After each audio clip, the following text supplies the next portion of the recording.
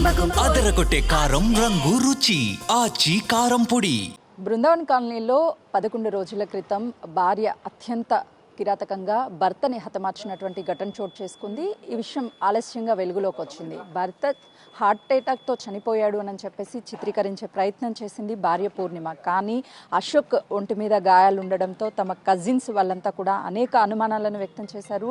ఇదే ఇంట్లో గత 4 సంవత్సరాల నుంచి కూడా అశోక్ పూర్ణిమ తన కుమారుడితో కలిసి ఉంటూ ఒక ప్లే స్కూల్ని కూడా నడుపుతున్నారు. అయితే ఎప్పుడైతే ఈ హత్య జరిగిందో హత్యకి సంబంధించి తను గుండెపోటుతోనే చనిపోయాడు అని చెప్పేసి చాలా వరకు అందరినీ నమ్మించే ప్రయత్నాలు చేసింది. కానీ పోస్ట్ మార్టం రిపోర్ట్ మాత్రము తనది చనిపోలేదు ఆ హత్య అని చెప్పేసి పోస్ట్ మార్టం రిపోర్ట్ బయటపెట్టింది. అసలుకి అశోక్ ఎలా ఉండేవాడు అని చెప్పేసి ప్రస్తుతం తమ కొలీగ్స్ ఉన్నారు, వాళ్ళతో మాట్లాడదాం. చెప్పండి, అశోక్ ఎన్ని సంవత్సరాల నుంచి పరిచయం, ఎలా ఉండేవాడు మీతో? మా ఈస్ట్ బృందావన్ కాలనీలో గత 4.5 సంవత్సరాలుగా అశోక్ గారు ఇక్కడ నూతనంగా నివాసం నిర్మించుకొని ఉంటున్నారు. వ్యక్తిగతంగా చాలా మంచి వ్యక్తి, చాలా సౌమ్యంగా ఉండేటువంటి వ్యక్తి. తన వృత్తిపరంగా ఉదయం లేచి తన లెక్చరర్గా పనిచేస్తున్నారని తెలుసు. తన ఉద్యోగానికి వెళ్ళి తిరిగి సాయంత్రం వచ్చిన తర్వాత చిన్నపిల్లలకు ట్యూషన్ చెప్పేటువంటి వ్యక్తి, చాలా మంచి వ్యక్తి. చుట్టుపక్కల ఉన్న వ్యక్తులతో కూడా చాలా మంచిగా ఆప్యాయంగా పలకరించేటువంటి వ్యక్తి. ఇలాంటి సంఘటన జరిగిన తర్వాత మేమందరం కూడా షాక్కి గురయ్యాం. మరి ఇలాంటి సంఘటనలు ఈ సమాజంలో ఎక్కడ పోతున్నామన్న సందేహాన్ని మా అందరిలో కలచన వేస్తుంది. భవిష్యత్తులో కూడా ఇలాంటి జరగకుండా కఠినమైన చర్యలు, కఠినమైన ఇవి ఉండాలని చెప్పేసి మేమందరం కోరుకుంటున్నాం. మీరు చెప్పండి, మీరు కాలనీలో రెగ్యులర్గా వాకింగ్ చేస్తూ ఉంటారు, అశోక్తో పరిచయం ఉంటుంది. తన ప్రవర్తన ఎలా ఉండేది? ఎప్పుడన్నా కుటుంబ సమస్యలు చెప్పుకునేవాడా? కుటుంబ సమస్యలు ఎప్పుడు చెప్పలే, కానీ వ్యక్తిగతంగా చాలా మంచివాడు అతను. మాకు మధ్య మధ్య కనపడాడు, హాయ్ గుడ్ మార్నింగ్ అని చెప్పేటాడు కదా. తర్వాత ఎక్కువ ఇన్వాల్వ్మెంట్ అయితే కాలేదు. బట్ మంచి వ్యక్తి మాకు తెలిసినంతవరకు. గతంలో ఈ కేసుకి సంబంధించి పూర్ణిమ, మహేష్ అనే వ్యక్తి కలిసి చంపేశారు అశోక్ అని చెప్తున్నారు. ఇదే ఇంట్లో ఉంటున్నాడు అని చెప్పాడు. అప్పుడెప్పుడైనా మీకు ఆ మహేష్ అని అతను పరిచయం ఉన్నాడు? వాళ్ళ కుటుంబ సభ్యులు ఏమన్నా తెలుసు? లేదు, కుటుంబ సభ్యులు ఎవరు తెలియదు. అబ్బాయి కూడా మాకు అంత పరిచయం లేదు యాక్చువల్లీ. ఎప్పుడు వచ్చిపోతున్నాయి కానీ మాకు బట్ అంతే పర్టికులర్గా అయితే ఎప్పుడు అతను మేమైతే పర్సనల్గా చూడలేదు. మరి కొంతమంది ఉన్నారు సార్, చెప్పండి, వీళ్ళు మీకు పరిచయం ఉన్నారా? పూర్ణిమ కావచ్చు, లేకపోతే తను ఎలా ఉండేది, తన పిల్లలు కానీ? అంటే అప్పుడప్పుడు దారి నుండి వెళ్ళేటప్పుడు పరిచయము. ఈ ఇంటి ఓనర్ మాకు చాలా పరిచయం, శ్రీనివాసు. ఆ పరంగా చూసేవాళ్ళం తప్ప మాకు వ్యక్తిగతంగా అయితే దగ్గర పరిచయాలు ఏం లేవు. కానీ అశోక్ అనే వ్యక్తి మాత్రం చాలా మంచి వ్యక్తి.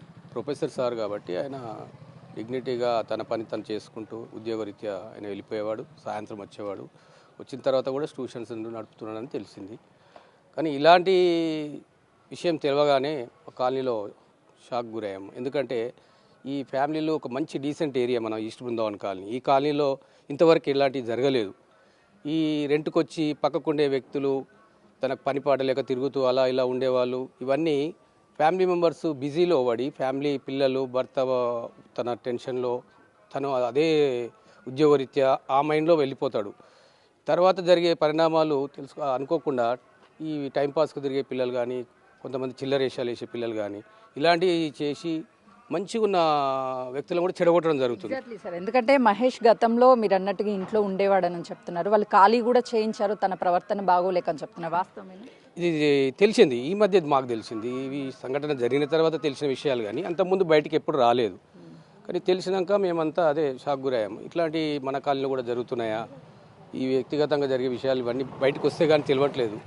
ఇక ముందు మేము కూడా మా ఓనర్స్ కానీ జాగ్రత్త పడాల్సిన అవసరం ఎంతోగా ఉంది. ఎందుకంటే ఎక్కడెక్కడి నుంచో వచ్చే పిల్లలు, ఎలాంటి పిల్లలు ఏందని తెలియకుండా అన్నీ తెలుసుకొని మనం ఇచ్చే రెంట్కి ఇచ్చేటప్పుడు కూడా కొన్ని జాగ్రత్తలు తీసుకోవడం మంచిదని మాకు ఇప్పుడు అర్థమవుతుంది. సార్, మీరు చెప్పండి, ఎందుకంటే ఇంటి పక్కనే ఉన్నారు, అసలుకి వాళ్ళ బిహేవియర్ ఎలా ఉండేది? యాక్సెసిబిలిటీ ఏమన్నా ఉంటుందా సార్ ఈ బిల్డింగ్ నుంచి ఆ బిల్డింగ్కి వెళ్ళడానికి? ఉంటుందండి, వెళ్ళొచ్చు అనుకుంటాను.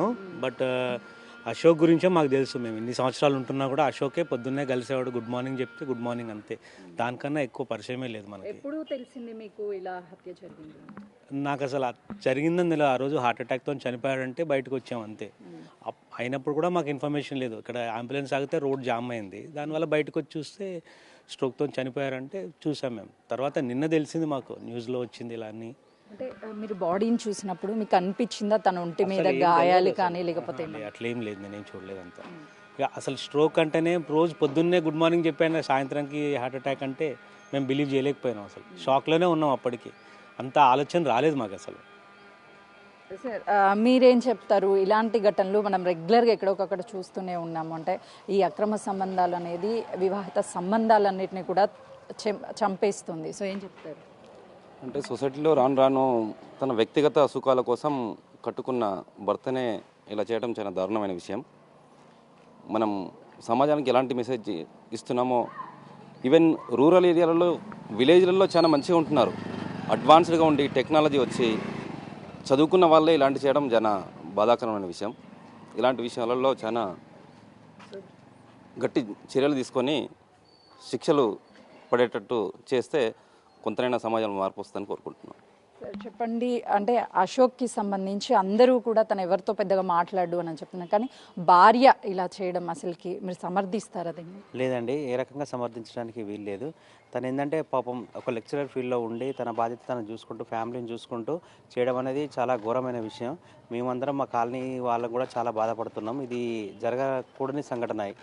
అంటే కనీసము ఆ పూర్ణిమకి తన భర్తని హత్య చేసేటువంటి టైంలో కొడుకు కానీ లేకపోతే కనీసం తనతో జర్నీ ఒక 11 సంవత్సరాల పైనే చేసి అవి ఏం గుర్తు రాకుండా ఉండొచ్చు. అదే అండి, కనీసం తను చదువుకున్న లెక్చరర్, తన మానవత్వం కూడా మర్చిపోయి అతి క్రూరంగా, అది ఏంటంటే మామూలుగా ఒక జంతువు కన్నా హీనంగా అతి క్రూరంగా ప్రవర్తించి తన భర్తను చంపడం అనేది అది ఎవరు సహించలేని విషయము, అతి ఘోరమైన విషయం అండి అది. ఏం చెప్తారు అలాంటి వాళ్ళకి? ఇప్పుడు బాబు ఒంటరివాడైపోయాడు, ఆమె జైలు పాలైపోయింది, నమ్మినటువంటి భర్తని చంపేసుకుంది, తన లైఫ్ ఏంటి, పిల్లల లైఫ్ ఏంటి? అది ఇప్పుడు పాపం బాబుకు ఎవరు సమాధానం చెప్పలేరండి. ఎందుకంటే తన తండ్రిగా తను ఎంత చేయాలనో పాపం కనీసం బ్రతుకుంటే చేసేవాడు. కాకపోతే తండ్రిని కోల్పోయాడు, ఆ పిల్లల్ని అనాథం చేశాడు, కుటుంబం అంతా చిన్నభిన్నం అయిపోయింది. తను ఎవరు ఏం న్యాయం చేయలేదు. కాకపోతే తన ఆత్మకు శాంతి కూర్చోాలంటే మాత్రం తనకు సరైన శిక్ష అనుభవించి సరైన శిక్ష చేయాలని మాత్రం కోరుకుంటున్నామండి. ఎగ్జాక్ట్లీ, ఎందుకంటే మీరు ఎన్నో సంవత్సరాల నుంచి కాలనీలో ఉంటున్నారు, ఎప్పుడు ఇలాంటి ఘటన జరగకుండా ఉండొచ్చు. కానీ తను అశోక్ ఎన్నో ఆశలతో ఇల్లు కట్టుకున్నాడు, కుటుంబం కోసం ఉన్నాడు, కానీ భార్య అలా చేయడాన్ని ఏం చెప్తారు? వివాహ సంబంధంలో ఇలాంటి ఘటన చాలా దిగ్భ్రాంతం గురి చేసిన అందరినీ, ప్రతి ఒక్కరిని, ప్రతి ఒక్క కుటుంబాన్ని ఆలోచింపజేసే సంఘటన ఇది. మరి ప్రత్యేకించి మా కాలంలో మీరు అన్నట్టు ఇది మొదటిసారి, ప్రథమం. ఇలాంటి సంఘటన భవిష్యత్తులో ఎలాంటివి జరగకుండా ఉండాలంటే చట్టాలు మరింత కఠినంగా ఉండాలి. ఇలాంటి వాటిని నిర్ధారించిన తర్వాత శిక్షలు చాలా కఠినంగా ఉన్నప్పుడే మరి ఇలాంటి సంఘటనలు జరగకుండా ఉంటాయని మేము ఆశిస్తూ ఉన్నాం.